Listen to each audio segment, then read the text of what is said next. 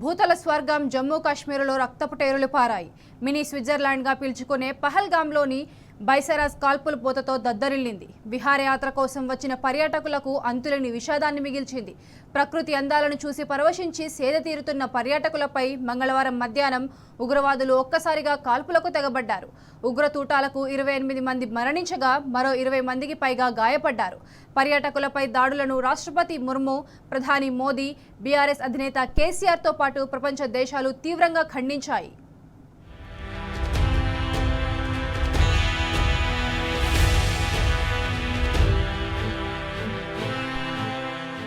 జమ్మూ కాశ్మీర్ మళ్లీ నెత్తురోడింది. ఉగ్రవాదులు మరోసారి పేటరేగిపోయారు. అనంతనాగ్ జిల్లా పహల్గాం పట్టణ సమీపంలో మంగళవారం మధ్యాహ్నం పర్యాటకులే లక్ష్యంగా దాడికి తెగబడ్డారు. మినీ స్విట్జర్లాండ్ గా పేరొందిన బైసరన్ ప్రాంతంలో విహారయాత్రకు వచ్చిన వారిపై విచక్షణారహితంగా కాల్పులకు తెగబడ్డారు. నిమిషాల్లో అంతా జరిగిపోయింది. వచ్చిన దారిలోనే ఉగ్రవాదులు అడవిలోకి పారిపోయారు.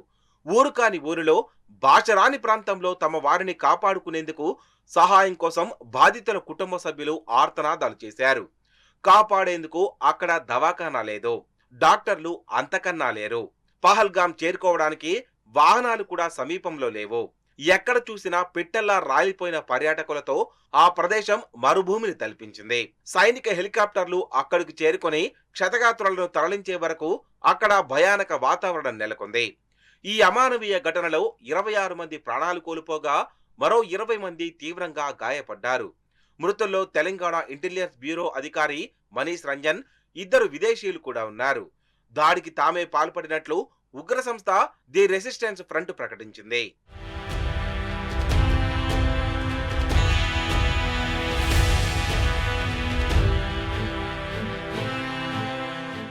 ఫుడ్ స్టాల్స్ వద్ద కొందరు, గుర్రాలపై స్వారీ చేస్తూ కొందరు, పచ్చిక బయలుపై కూర్చుని ప్రకృతి అందాలను ఆస్వాదిస్తూ మరికొందరు పర్యాటకులు ఉన్న సమయంలో అడవిలో నుంచి హఠాత్తుగా ప్రత్యక్షమైన ఉగ్రవాదులు విచక్షణారహితంగా కాల్పులు జరిపారు. మహిళలు, పిల్లలను వదిలిపెట్టి కంటికి కనిపించిన పురుషులను కాల్చుకుంటూ పోయారు. 3-4 ఉగ్రవాదులు ఈ ఘాతుకానికి పాల్పడినట్లు ప్రత్యక్ష సాక్షులు తెలిపారు. కాల్చవద్దని మహిళలు వేడుకుంటున్నా వారు కనికరించలేదు. భర్తను, ఆప్తులను కోల్పోయిన చాలా మంది మహిళలు సాయం కోసం స్థానికులను అర్థించే దృశ్యాలు వైరల్ అయ్యాయి. పోనీలు, ట్రెక్కింగుల ద్వారా మాత్రమే ఆ ప్రాంతానికి చేరుకునే అవకాశం ఉన్నందున క్షతగాత్రులను తరలించడానికి సైనిక హెలికాప్టర్లు రంగంలోకి దిగాయి. భద్రతా ఏర్పాట్ల మధ్య ఇతర పర్యాటకులను అక్కడి నుంచి అధికారులు తరలించారు.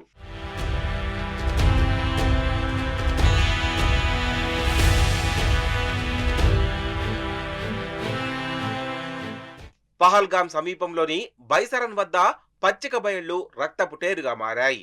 రక్తపు మడుగులో పడి ఉన్న మృతదేహాలు, వాటి వద్ద మహిళలు విలపిస్తున్న దృశ్యాలతో కూడిన వీడియోలు సోషల్ మీడియాను వణికించాయి. తన భర్త తలలో తూటా దిగిందని, ఆయనను కాపాడంటూ ఓ మహిళ నిస్సహాయంగా అర్థిస్తున్న దృశ్యం ఓ వీడియోలో కనిపించింది.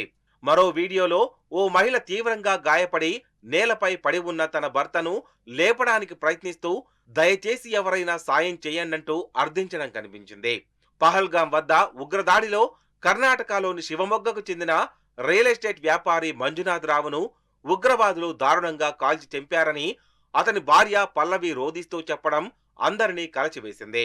తనను కూడా చంపేయండని వారిని అర్థించానని, కానీ వాళ్లు తనను వదిలేసి ఈ విషయాన్ని మోదీకి చెప్పని వారిలో ఓ వ్యక్తి అన్నాడని చెప్పడం కనిపించింది.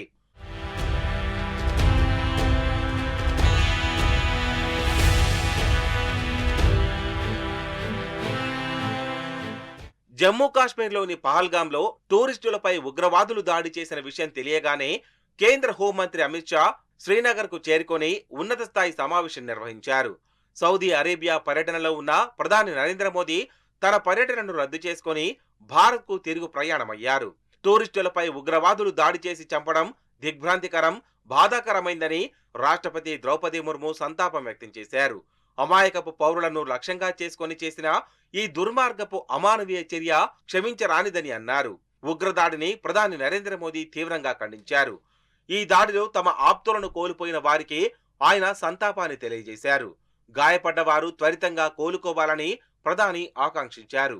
ఈ దారుణానికి ఒడిగట్టిన వారిని వదిలిపెట్టబోమని ఆయన హెచ్చరించారు. పర్యాటకులపై ఉగ్రవాదుల దాడిని బీఆర్ఎస్ అధినేత కేసీఆర్, వర్కింగ్ ప్రెసిడెంట్ కేటీఆర్ తీవ్రంగా ఖండించారు. ఉగ్రదాడిలో పర్యాటకుల మరణం పట్ల దిగ్భ్రాంతిని వ్యక్తం చేస్తూ సంతాపం ప్రకటించారు. జమ్మూ కాశ్మీర్లో టెర్రరిస్టుల మరణకాండ పునరావృతం కాకుండా కేంద్రం కఠిన చర్యలు తీసుకోవాలని సూచించారు.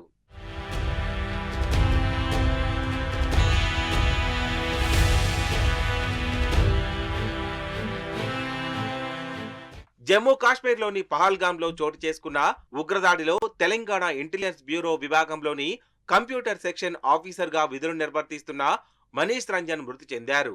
ఇటీవల ఫ్యామిలీతో కశ్మీర్ టూర్ వెళ్లిన ఆయన్ను ముష్కరులు అత్యంత దారుణంగా కాల్చి చంపారు. మృతుడు మనీష్ రంజన్ బీహార్కు చెందినవారు. భార్య, 2 పిల్లలతో ఎల్టీసీపై టూర్కు వెళ్లగా ఈ దుర్ఘటన జరిగింది. మరోవైపు పహల్గాంలో పర్యాటకులపై ఉగ్రదాడులను తామే చేశామని ది రెసిస్టెన్స్ ఫ్రంట్ సంస్థ ప్రకటించుకుంది. 2019 ఆగస్టులో హిజ్బుల్ ముజాహిద్దీన్, లష్కర్-ఏ-తొయిబాకు చెందిన ఉగ్రవాద కమాండర్లు ఈ సంస్థను ఏర్పాటు చేశారు. సోషల్ మీడియా ద్వారా సైకలాజికల్ మైండ్ గేమ్ పోస్టులు, వీడియోలతో యువతను బ్రెయిన్ వాష్ చేసి ఉగ్ర కార్యకలాపాలను సాగిస్తోంది. 2023 జనవరిలో టీఆర్ఎఫ్ ను నిషేధించింది.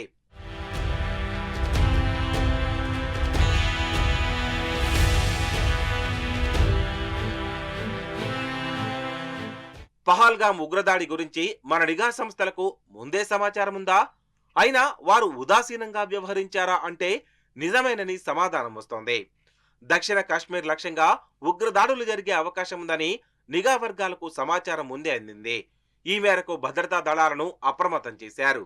అంతేకాకుండా ఈ కాల్పులకు ముందు ఈ ఉగ్రవాదులు ఆ ప్రాంతంలో రెక్కీ కూడా నిర్వహించారు. ముందే సమాచారమున్నా అంత ఉదాసీనంగా ఎలా ఉన్నారు? పర్యాటకుల ప్రాణాలంటే ప్రభుత్వానికి లెక్కే లేదన్న విమర్శలు వెల్లువెత్తుతున్నాయి. పహల్గాం ఉగ్రదాడి ఘటనపై జమ్మూ కాశ్మీర్లో ఆగ్రహ జ్వాలలు వ్యక్తమవుతున్నాయి. పాకిస్తాన్ ఉగ్రవాదులకు వ్యతిరేకంగా జమ్మూ నగరంలో దోడా జిల్లాలో నిరసనలు చోటు చేసుకున్నాయి. జమ్మూ కాశ్మీర్ నుంచి ఉగ్రవాదుల్ని పూర్తిగా ఏరివేయాలని ఆందోళనకు దిగారు. మృతులకు నివాళులర్పించిన స్థానికులు క్యాండిల్స్ తో ర్యాలీలు నిర్వహించారు. పాకిస్తాన్ ఉగ్రవాదులకు వ్యతిరేకంగా నినాదాలు చేశారు. పహల్గాం ఉగ్రదాడి ఘటన నేపథ్యంలో బాధిత కుటుంబ సభ్యులు, ఇతర టూరిస్టుల కోసం రోజంతా అందుబాటులో ఉండే విధంగా జమ్మూ కాశ్మీర్ ప్రభుత్వం హెల్ప్ లైన్ డెస్క్ ను తీసుకొచ్చింది. 0193-2237-7780, 8857599697982527, 6006365245 ఫోన్ నెంబర్లలో టూరిస్టులు సంప్రదించడం ద్వారా ప్రభుత్వ సాయం, ఇతర సమాచారాన్ని పొందవచ్చని సూచించారు. అదేవిధంగా శ్రీనగర్లో ఎమర్జెన్సీ కంట్రోల్ రూమ్ ను ఏర్పాటు చేశామని, సాయం కోసం 01942457543, 01942483651, 7006058623 సంప్రదించాలని ప్రభుత్వ అధికార ప్రతినిధి ఒకరు చెప్పారు.